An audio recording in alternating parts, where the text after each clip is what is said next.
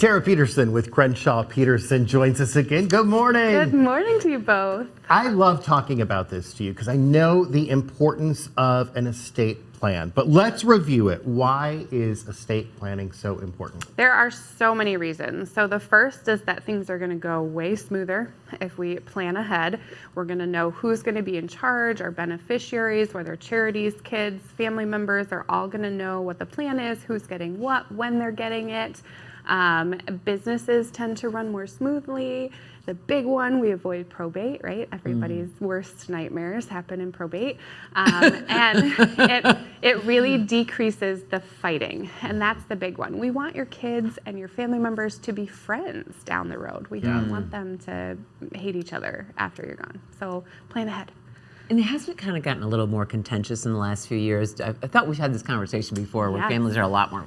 Oh yes, in the last few years it's way more contentious. So the littlest things people can start to fight over, where we didn't used to see that so much, people have a little less patience these days. So the more that we can close those doors on any of that potential fighting, the better off we're going to be. It's all here in writing, and it's all filed. Yes, exactly. So talk about the key points, for the different populations. I think about young people with kids. I think about retired people. It's going to be different. It's going to be different. So I say estate plan from the time that you become an adult. So our 18-year-olds, all they really need is those power of attorneys, right? They're just venturing out into the world. Mom and dad are still very involved, usually in finances and healthcare.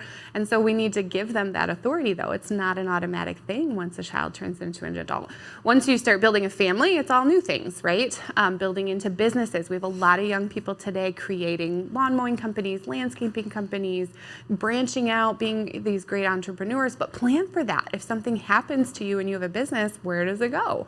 As they retire, now we have grown adult children, right? How are they doing? Do they need a little bit more time or are they good, right? And usually we see that maturity develop over time, but we need to see that. And then as you age up and start looking at the potential of long-term care, all of that shifts. Yeah. So we got to keep updating the plan, make sure that all those I's are dotted and those T's are crossed.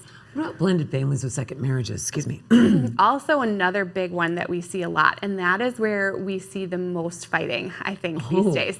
And it's so much more common, but his kids, her kids, how do we blend that together, make that work cohesively, and have everything go just as smoothly? And it requires planning.